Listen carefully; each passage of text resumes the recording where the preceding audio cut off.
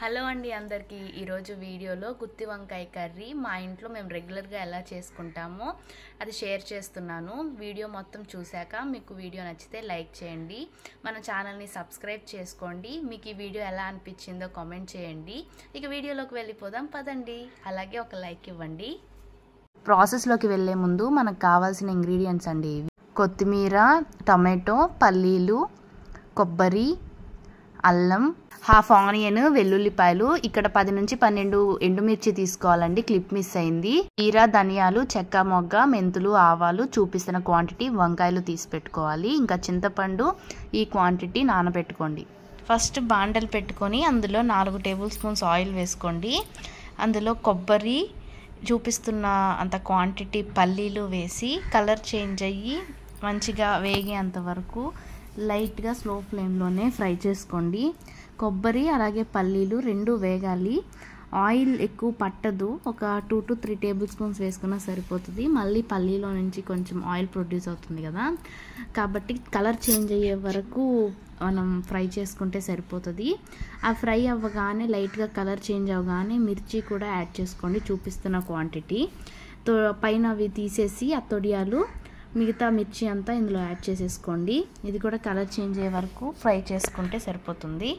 మిర్చి ఇంకా పల్లీలు మొత్తం ఫ్రై అయిపోయిన తర్వాత మనం ధనియాలు, జీరా, చెక్క మొగ్గ, షాజీరా వేసుకోవాలి. ఇవన్నీ వేసుకొని కూడా మంచిగా చిటపటలానిస్తే సరిపోతుంది. ఇవి మనం లాస్ట్లో యాడ్ చేసుకోవాలి, ముందే యాడ్ చేస్తే మాడిపోతాయి అన్నమాట. స్టవ్ ఆఫ్ చేసే ముందే మనం ఇవి యాడ్ చేసుకొని కలుపుకుంటే సరిపోతుంది.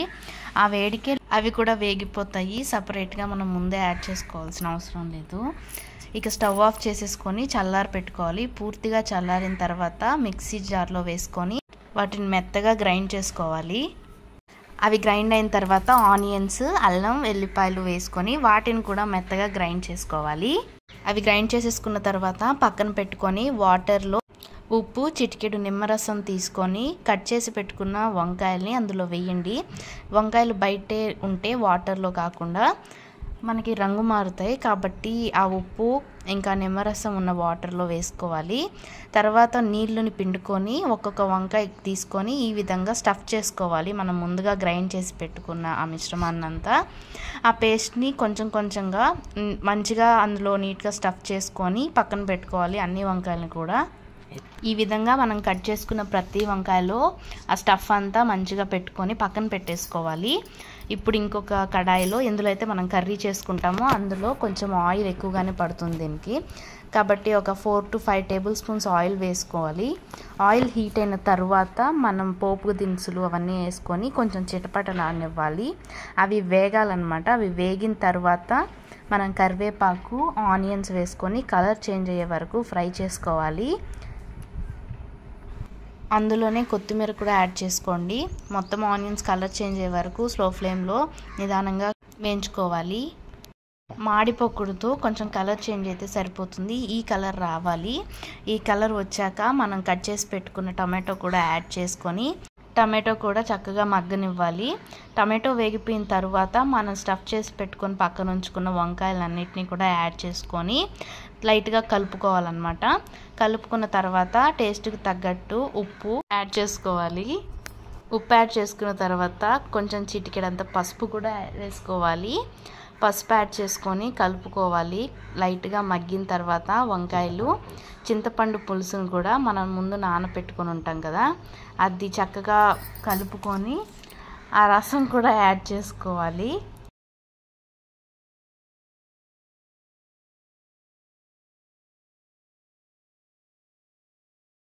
ఈ విధంగా చింతపండు రసం కూడా యాడ్ చేసుకొని అంతా కలుపుకోవాలి.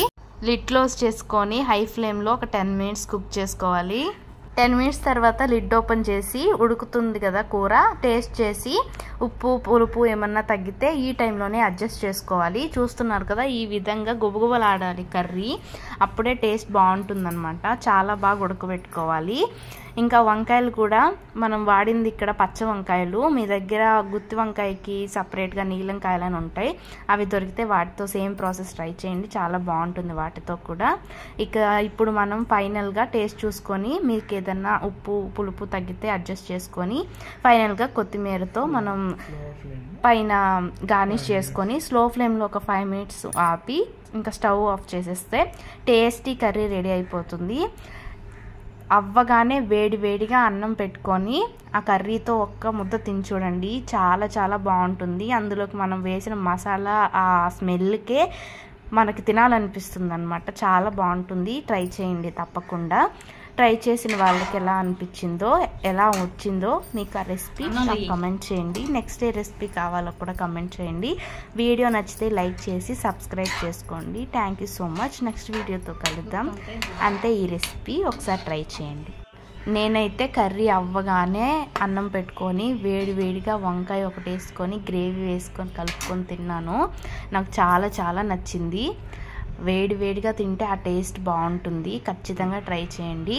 ట్రై చేసి ఎలా వచ్చిందో చెప్పండి. ఇప్పటిదాకా సబ్స్క్రైబ్ చేసుకోకపోతే ప్లీజ్ సబ్స్క్రైబ్ చేయండి, లైక్ చేయండి. బాయ్.